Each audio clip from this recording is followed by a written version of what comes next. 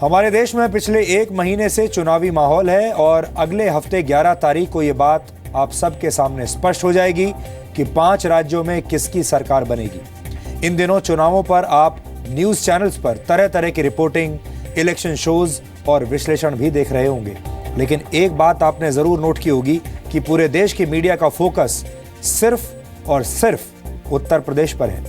उत्तर प्रदेश में जिस भी दिन चुनाव होता है, पूरा मीडिया अपने रिपोर्टर्स की फौज लेकर उतर जाता है। इसमें कोई बुराई भी नहीं है, क्योंकि हम भी जानते हैं कि देश की राजनीति में उत्तर प्रदेश का अपना एक अलग महत्व है। उत्तर प्रदेश देश की राजनीति में सबसे बड़ा राज्य है। लेकिन हमारे देश के मीडिया को यह नहीं भूलना चाहिए कि चुनाव उत्तर प्रदेश के अलावा मणिपुर में भी हो रहे हैं। नॉर्थ ईस्ट के राज्य मणिपुर में 2 चरणों में 4 और 8 मार्च को वोटिंग होगी, लेकिन अभी तक आपने मणिपुर की चुनावी रिपोर्ट्स बहुत कम देखी और पढ़ी होंगी। ऐसे में आपको जानकर खुशी होगी कि जी न्यूज की टीम मणिपुर में है और वहां से लगातार ग्राउंड रिपोर्टिंग कर रही है। मणिपुर में बहुत ही मुश्किल हालात में चुनाव हो रहे हैं। यहां पिछले 123 दिनों से आर्थिक नाकेबंदी चल रही है, जिसकी कवरेज भी आपने जी न्यूज पर लगातार देखी होगी। लेकिन इसी आर्थिक नाकेबंदी के बीच मणिपुर में कल पहले चरण का चुनाव है। हमें लगता है कि देश के एक महत्वपूर्ण राज्य में लोकतंत्र के सबसे बड़े उत्सव की खबर देश को पता होनी चाहिए। इसलिए आज हम आपके लिए मणिपुर में हो रहे चुनावों का विश्लेषण करेंगे। सबसे पहले आपको बहुत संक्षेप में मणिपुर में राजनीतिक हालात के बारे में बता देते हैं। मणिपुर में विधानसभा की कुल 60 सीटें हैं, जिनमें से 38 सीटों पर कल वोटिंग होगी, जबकि बाकी की 22 सीटों पर 8 मार्च को वोटिंग होगी। मणिपुर में इस समय कांग्रेस का शासन है।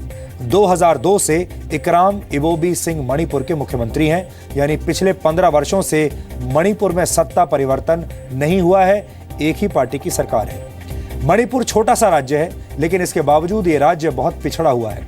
यहाँ के कस्बों और गांवों में ना तो अच्छी सड़कें हैं, ना ही पीने का साफ पानी है और ना ही लोगों के पास कोई रोजगार है। भारत सरकार की एक बहुत ही महत्वपूर्ण नीति रही है, जिसका नाम है लुक ईस्ट पॉलिसी। इस पॉलिसी का मकसद ये है कि साउथ ईस्ट एशिया के देशों तक अपना व्यापार फैलाया जाए। अभी तक भारत की यह महत्वपूर्ण नीति बहुत प्रभावी नहीं बन पाई है, लेकिन भविष्य में अगर भारत अपनी लुक ईस्ट पॉलिसी के तहत साउथ ईस्ट एशिया के देशों तक पहुंचने की कोशिश करेगा, तो मणिपुर इसमें बहुत महत्वपूर्ण भूमिका निभाएगा। यह मणिपुर का छोटा सा कस्बा है, जिसका नाम है मोरेह। मोरेह भारत और म्यांमार के बॉर्डर पर बसा हुआ कस्बा है और लुक ईस्ट पॉलिसी के लिए बहुत महत्वपूर्ण है। हमें पूरा यकीन है कि आपने आज तक इस कस्बे के बारे में कभी नहीं सुना होगा। यह साउथ ईस्ट एशिया का गेटवे बन सकता है, क्योंकि यहीं से म्यांमार, कंबोडिया, थाईलैंड, लाओस और वियतनाम का रास्ता खुलता है। लेकिन इतना महत्वपूर्ण कस्बा आज तक पिछड़ा हुआ है। हमारी टीम ने मणिपुर में चुनावों के साथ साथ भारत और म्यांमार सीमा पर स्थित देश के इस आखिरी कस्बे से रिपोर्टिंग की है और यहाँ के लोगों की समस्याओं को आज आप तक पहुंचाने की कोशिश की है।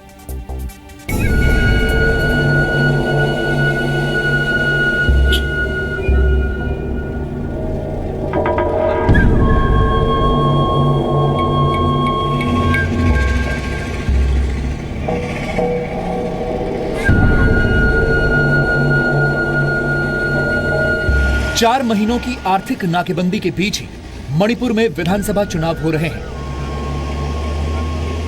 कल पहले चरण के लिए वोट डाले जाएंगे, लेकिन चुनावों में खतरा बहुत ज्यादा है, क्योंकि मणिपुर में विधानसभा चुनावों में हिंसा का पुराना इतिहास रहा है। आर्थिक नाकेबंदी के बीच चुनावों की तैयारी करना भी प्रशासन के लिए बहुत बड़ी चुनौती था। मणिपुर में इलेक्शन कराना अपने आप में एक बहुत बड़ी चुनौती है। एक तो यहाँ के मौसम का कोई भरोसा नहीं है। यहाँ की जो टेरेन है, जो ज्योग्राफिकल कंडीशंस हैं, वो अपने आप में एक बहुत बड़ा चैलेंज है। और फिर आप इस बात से पूरी तरह से वाकिफ़ हैं कि यहाँ पर इंसर्जेंसी भी पूरे जोर शोर पर है और अभी पिछले 3 महीने से इकोनॉमिक ब्लॉकेट भी यहाँ पर चल रहा था, जिसके कारण जो मूल संस्थान हैं उनकी भी काफ़ी कमी हो गई है। लेकिन प्रशासन की अग्नि परीक्षा अभी खत्म नहीं हुई है। ये नेशनल हाईवे 2 है, जिसे प्रदर्शनकारियों ने बंद किया हुआ था।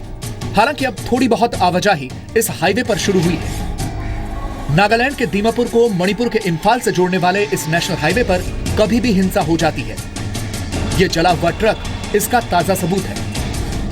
नागालैंड से मणिपुर की ओर जाते वक्त हमें ये जली हुई गाड़ी मिली। इस गाड़ी को देख करके आप बड़े आराम से समझ सकते हैं कि यहाँ पर सिचुएशन अचानक खराब हो जाती है।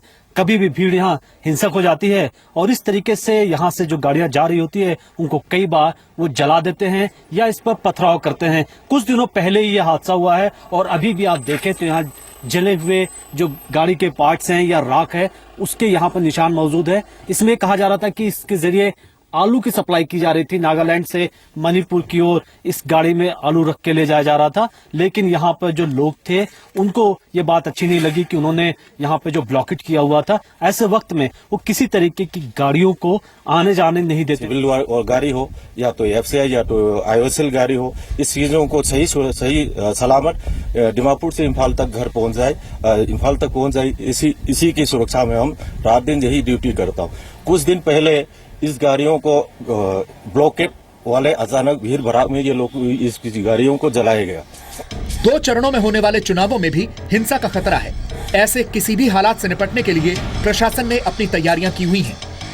सबसे पहले तो मनीष जी बहुत बहुत शुक्रिया कि जी न्यूज की टीम यहाँ तक आई। चुनाव के परिप्रेक्ष्य में सारे फोर्सेस की मूवमेंट चूंकि इसी NS2 के थ्रू हो रही है और हम लोगों के लिए काफी चैलेंजिंग है कि बिना किसी नुकसान के या बिल्कुल सुरक्षित रूप से फोर्स को इंडक्ट किया जाए। काफी बड़े पैमाने पे चुनाव आयोग के द्वारा यहाँ पे फोर्स की तैनाती की गई है ताकि निष्पक्ष और जनता में बिना किसी भय के चुनाव हो। और चूंकि अगर यहाँ का इतिहास देखें तो हमेशा चुनाव किसी न किसी हिंसा का शिकार रहा है, तो ऐसे में वास्तव में हमारे लिए बहुत चुनौतीपूर्ण है।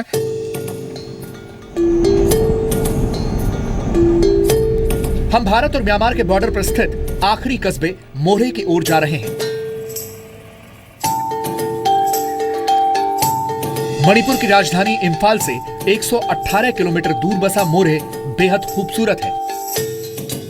हम इस वक्त इम्फाल से 118 किलोमीटर दूर भारत और म्यांमार की सीमा पर हैं और आप मेरे सामने देख सकते हैं कि ये इंडो म्यांमार फ्रेंडशिप गेट है, यानी उस पार म्यांमार है और इस पार भारत है। और इस गेट के पास यहाँ का आखिरी कस्बा मोरे है, जहाँ मणिपुर में जिस तरीके से विधानसभा चुनाव हो रहे हैं, तो आखिर मोरे के लोग क्या सोचते हैं, किस तरीके से यहाँ तक विकास हुआ है, हम यहाँ के लोगों से बात करते हैं। ये आपको जो दिख रहा है गेट, ये उस पार म्यांमार है और इस पार इंडिया है। ये इंडियन और म्यांमार का बीच में एक गेट है।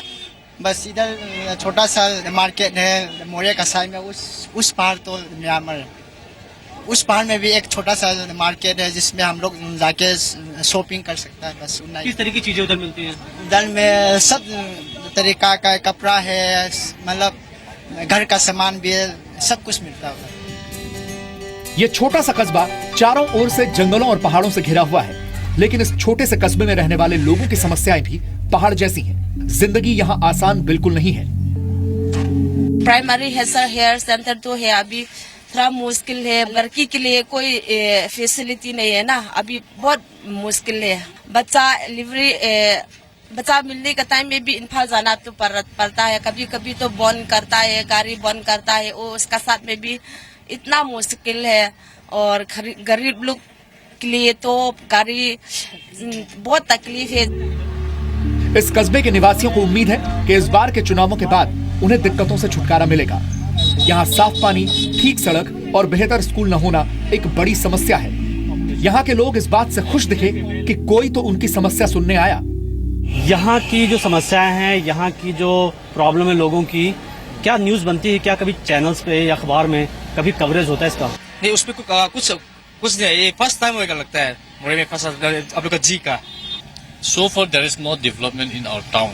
As far as we know that there is more corruption in Congress government. So actually we want to change the government immediately in the coming election. Bharat की लुकीस पॉलिसी के लिए मणिपुर का ये छोटा सा मोरे कस्बा बहुत महत्वपूर्ण है। ये शहर साउथ ईस्ट एशिया के लिए भारत का गेटवे बन सकता है। अगर भविष्य में कभी भारत से म्यांमार, थाईलैंड और कंबोडिया तक ट्रेन चली तो मोरे की अपनी अलग पहचान होगी, लेकिन सामरिक और व्यापारिक दृष्टि से इतना महत्वपूर्ण शहर विकास में पिछड़ा हुआ है। कैमरामैन प्रशांत स्वामी के साथ मनीष शुक्ला, जी मीडिया, मणिपुर। जब देश का मीडिया विश्वविद्यालयों में छात्रों को भड़काने के काम में व्यस्त हो जाता है तो उसे मणिपुर जैसे भारत के पूर्वोत्तर राज्य दिखने बंद हो जाते हैं और इसीलिए मणिपुर जैसे राज्यों में चुनाव की कवरेज भी नहीं हो पाती। हमें लगता है कि ये देश के मीडिया की गलत परंपरा है और ये परंपरा आपके सहयोग के बिना टूट नहीं सकती। आपको भी मीडिया में ऐसी खबरों का समर्थन करना होगा, तभी ये तस्वीर बदलेगी, क्योंकि मणिपुर भी आप ही के देश का हिस्सा है।